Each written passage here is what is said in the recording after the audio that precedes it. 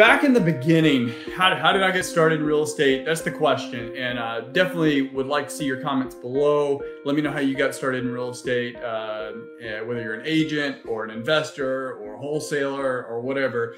How did you get started in real estate?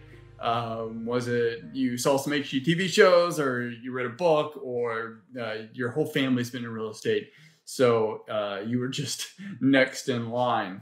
For me, I going back to my family background, I grew up in Waco, Texas. Actually, it was the outskirts of Waco, Texas. So it was like the sticks of Waco, where all around me was hundreds of thousands of acres of cornfields.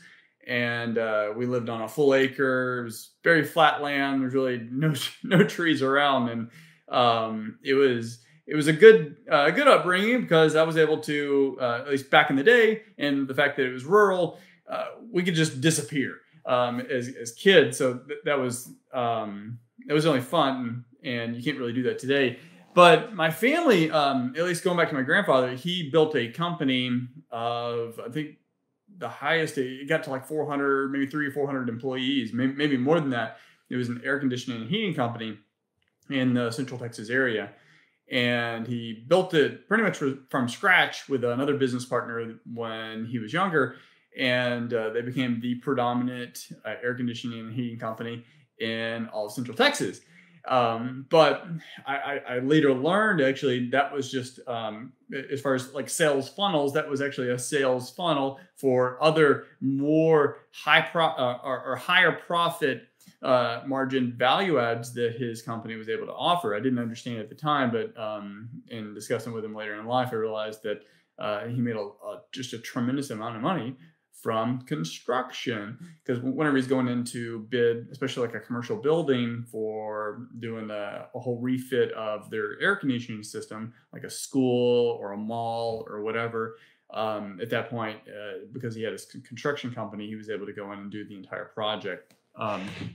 But so he basically used what the well, I don't want to get ahead of myself. So my family had the entrepreneur spirit. I was able to watch that growing up. He had rental properties all over the Waco, Texas area, and like entire streets, and he did a lot of development. The whole, not really, I wouldn't call it a subdivision in the sense that if you live in a metro area, in the sense of what that means, but in the country, where we were, it was basically a subdivision, or as much as I knew one to be growing up. But he developed that entire area. The streets were named after, basically he named the streets. Some of them, one of them was named after my aunt. I lived on one called Lazy Acres. And so I was able to watch that growing up, and just kind of subliminally absorbing that into my DNA. As he'd take us along in his truck and driving out to the farm and fishing, doing all the cool grandpa stuff. But we'd always have these conversations, and he'd be talking about stocks and different type of investments that he was in, and dividends and automatic reinvestment, and it was just a different conversation. So that naturally bled into my DNA. My dad my dad worked for that company, and his background was sales and I think mechanical engineering or electrical engineering. So it was just kind of in my DNA, but I was able to watch that growing up. But other than that, I didn't have any necessarily formal training in investing and business building, in real estate or anything like that. I just observed. And but I always had the entrepreneurial spirit myself. And whenever I went to college, that followed me, and an opportunity came up. It was a direct sales company, and I feel sorry and I apologize for all my college buddies that I was trying to pawn off vitamins to, because we were all broke. I was just excited that, hey, look, there's this company out there that for like $150 I can get a part of, and I can make money. I did not get rich quick. I made enough money because I didn't have a normal job in college, and did make enough money to spend on beer and whatever else, all the other things that I wanted as a college kid. But it further fueled my entrepreneurial spirit, and it taught me some valuable skills and trades like sales. And also there's educational components with financial education, financial literacy, all the things that I was not getting in traditional schooling, which on the traditional schooling, so I went to Texas A&M, is an amazing experience. But by and large, I hated the traditional experience. I hated sitting in class. A lot of times I wouldn't even go to class because I would fall asleep anyway. I was just bored, and I would go home or go back to my dorm room and just learn it on my own and study. So I just had that self-education built into my DNA. And that really kicked on fire when a friend of mine recommended a book to me that for a lot of you can relate with this, because a lot of people's real estate journey starts with this book, and it's no secret whenever I say Rich Dad, Poor Dad. So it was, I think it was towards the end of junior year, or maybe it was the senior year of college, or it was a Christmas break.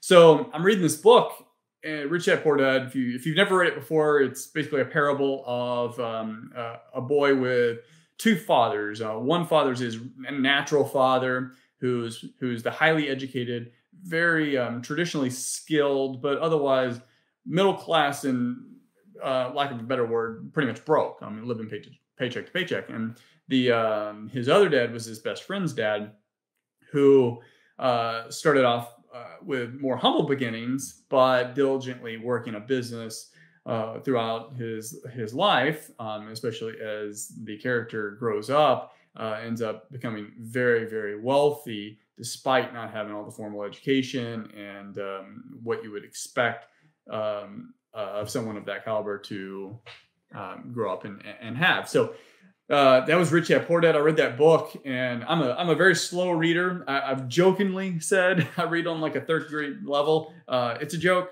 I know I was publicly educated, and I know I went to A&M, but I'm a little bit better reader at that. But I do read slow. But that book I soaked up. I think I finished it in less than 2 days. And I remember finishing that book, and I'm like, holy cow, I'm going to be rich. Because nothing in that book, at least for me, nothing in that book was necessarily new information, but it was all laid out in a way to understand money and how money works and how money flows, and how it relates to wealth building, and how income and the different classes of income, from active to passive, and assets and liabilities, greater understanding of really what assets and liabilities, not just from an accounting standpoint are, but from an income and wealth building sense. Understanding those concepts, that book laid it out so much differently than most people think. And that's why when you read the book, it ends up being like an aha moment, an epiphany. And I was like, holy cow, I'm going to be rich. Now it's not quite as simple an application, but at that point I knew that basically everything I absorbed up until that point, now I had greater understanding and greater purpose in a way to execute, not the knowledge, because I didn't know the how to, but I knew the why. I knew why I needed to pursue business and pursue real estate. So that was the catalyst to me getting started in real estate. And but I didn't know how. I still didn't know the how to.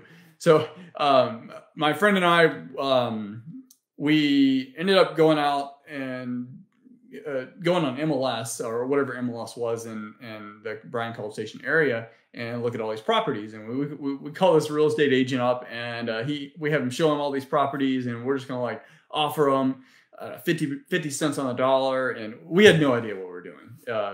It was pretty embarrassing, and really the guy should have. I felt sorry for him. He was an older guy. I think he had just gotten into real estate or just gotten his license, so he was I guess a little bit more motivated to help us out. But we weren't going to buy any properties with him. We had no means. We didn't have any credit. We didn't have jobs. We didn't have any money, and we didn't understand creative financing or any of those things that to be a savvy real estate investor you need to know.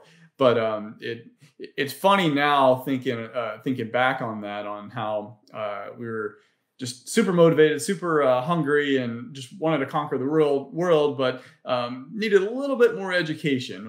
We had the why and the burning desire, but we didn't quite know the how to.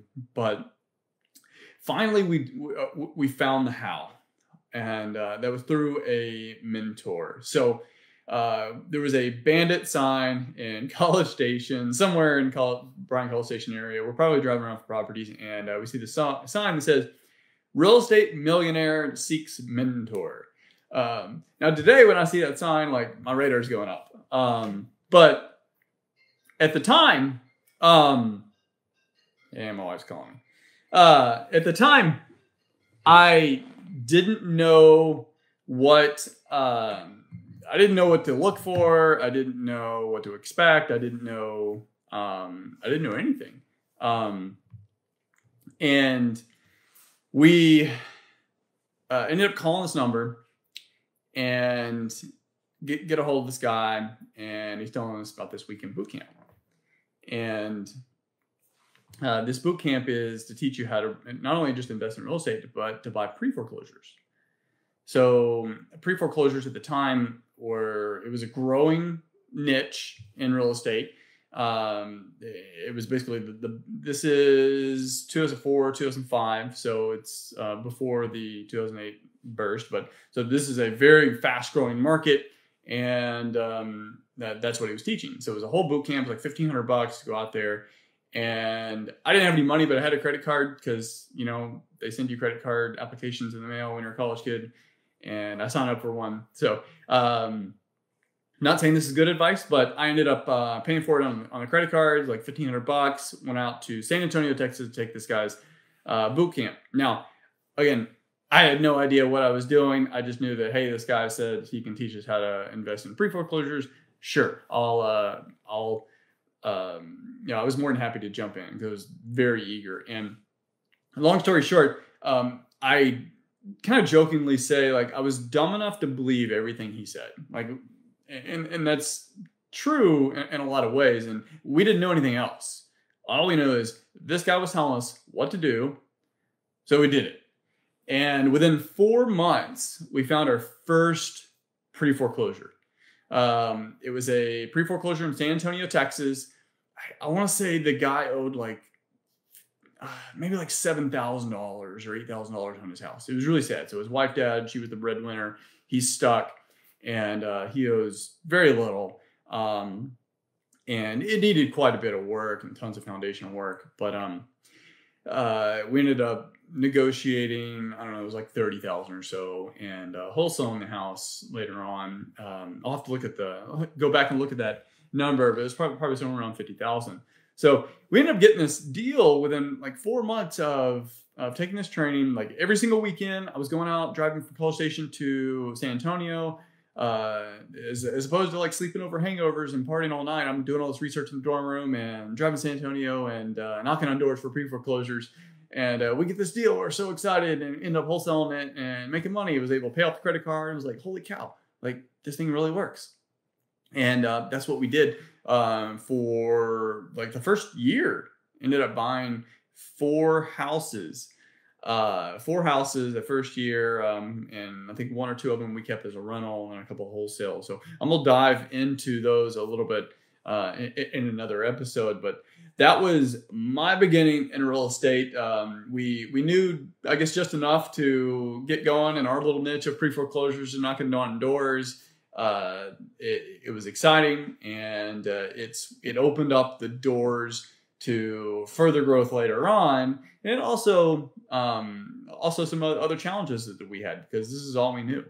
This is all we knew. Bigger Pockets wasn't around. There weren't all these REI groups around. There weren't Facebook groups around. The iPhone wasn't around. Google wasn't even. I don't think Google. Maybe Google's around then.